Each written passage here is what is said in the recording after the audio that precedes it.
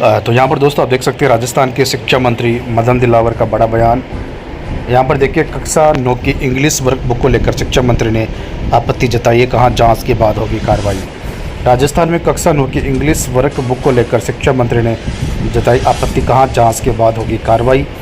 राजस्थान राज्य शैक्षिक अनुसंधान एवं प्रशिक्षण परिषद द्वारा वितरित की जा रही इंग्लिश की वर्क बुक पर ब्रिटिश झंडा और इंग्लैंड का क्लॉक टावर बना है। और पूरी न्यूज़ हम पढ़ते हैं। राजस्थान में जब से मदन दिलावर शिक्षा मंत्री का पद संभाला है, तब से वह शक्ति के क्षेत्र में हो रहे कार्यों का ध्यान रख रहे हैं। वह पहले भी इतिहास की किताबों में मुस्लिम शासकों के दिए हुए पाठ्यक्रम पर सवाल खड़े कर चुके, वही इसे बदलने के भी आदेश दिए।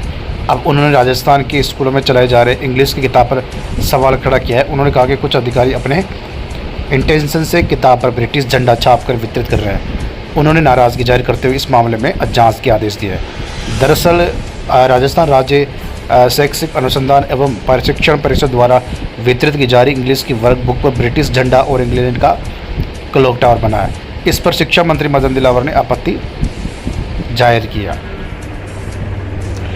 सभी अधिकारियों पर होगी सख्त कार्रवाई। मदन दिलावर ने कहा कि राज्य शैक्षिक अनुसंधान एवं प्रशिक्षण परिषद द्वारा कक्षा 9 की work book English remedial work book class 9 को छापकर वितरण किया गया है। उन्होंने कहा कि ये दुर्भाग्य है कि अधिकारियों को ध्यान में नहीं कि इस पर हमारे देश का झंडा नहीं लगाया गया, बल्कि किताब पर ब्रिटिश झंडे को छापा गया। इतना ही नहीं, बुक पर ब्रिटेन का क्लॉक टावर भी छापा गया है। जिस तरह से टावर पर एक चित्र छापा हुआ बाइबल की तरह लग रहा है। उन्होंने कहा कि इस तरह किताब पर ब्रिटिश झंडा छापने का कोई औचित्य नहीं है। वहीं उन्होंने कहा कि प्रदेश में बोर्ड की परीक्षा चल रही है और वह अब समाप्ति की ओर है।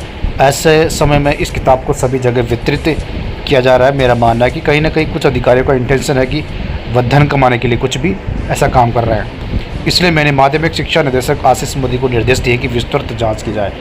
राजस्थान सरकार के धन का दुरुपयोग का षड्यंत्र किसका था और कितना धन बर्बाद हुआ, इसमें कौन कौन दोषी, इसकी रिपोर्ट मांगी है, उन सभी के खिलाफ सख्त कार्रवाई की जाएगी। तो यहाँ पर देखिए दोस्तों, ये शिक्षा मंत्री का बड़ा बयान सामने आया है। इसके अलावा दोस्तों साथ साथ शिक्षा मंत्री ने जो कार्य योजना बनाई है शिक्षा विभाग ने 100 दिन की, उसको लेकर भी बयान दिया है आज। और उनका बयान यही है कि आचार संहिता के बाद डीपीसी की प्रक्रिया शुरू हो चुकी है। सेकंड ग्रेड की 10,000 12,000 पदों पर डीपीसी होगी शुरू में, उसके बाद एक और 10,000 पदों पर डीपीसी होगी। तो कुल मिला के सेकंड ग्रेड के 20,000 के पदों पर डीपीसी होने की संभावना है। ठीक है।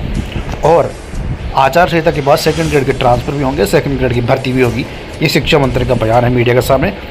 और कोर्ट में मामला पेंडिंग है थर्ड ग्रेड का, 25 से 30,000 पद है थर्ड ग्रेड की पेंडिंग है। डीपीसी के लिए 4 वर्षों की डीपीसी बाकी है। तो 30,000 आप मान के चलो थर्ड ग्रेड की पदों पर डीपीसी होगी। तो बड़ी बात दोस्तों ये कहना चाहूँगा कि डीपीसी की प्रक्रिया की बात करें तो फिलहाल 20,000 टोटल पदों पर डीपीसी होगी सेकंड ग्रेड की। ठीक है। और 30,000 पद अभी खाली है। तो 30,000 प्लस 20,000 डीपीसी होने के बाद 20,000 फिर खाली हो जाएंगे। तो टोटल 50,000 सेकंड ग्रेड के पद खाली हो जाएंगे जल्दी ही। और उसके बाद कोर्ट में मामला चल रहा है, वहाँ से निस्तारण होते ही 30,000 25 से 30,000 पदों पर अपन 25,000 मान लेते हैं, 25,000 पदों पर थर्ड ग्रेड की डीपीसी होगी। उसके बाद 25,000 थर्ड ग्रेड के पद सेकंड ग्रेड के पद भर जाएंगे। डीपीसी के बाद थर्ड ग्रेड की डीपीसी के बाद फिर 25,000 पद खाली रहेंगे सेकंड ग्रेड के सीधी भर्ती के लिए। लेकिन दूसरी तरफ नई रेट के लिए 25 से 30,000 पद खाली हो जाएंगे। ऑलरेडी 10-12,000 पद खाली है। तो इस तरह देखें तो 40 से 45,000 थर्ड ग्रेड के पद खाली हो जाएंगे।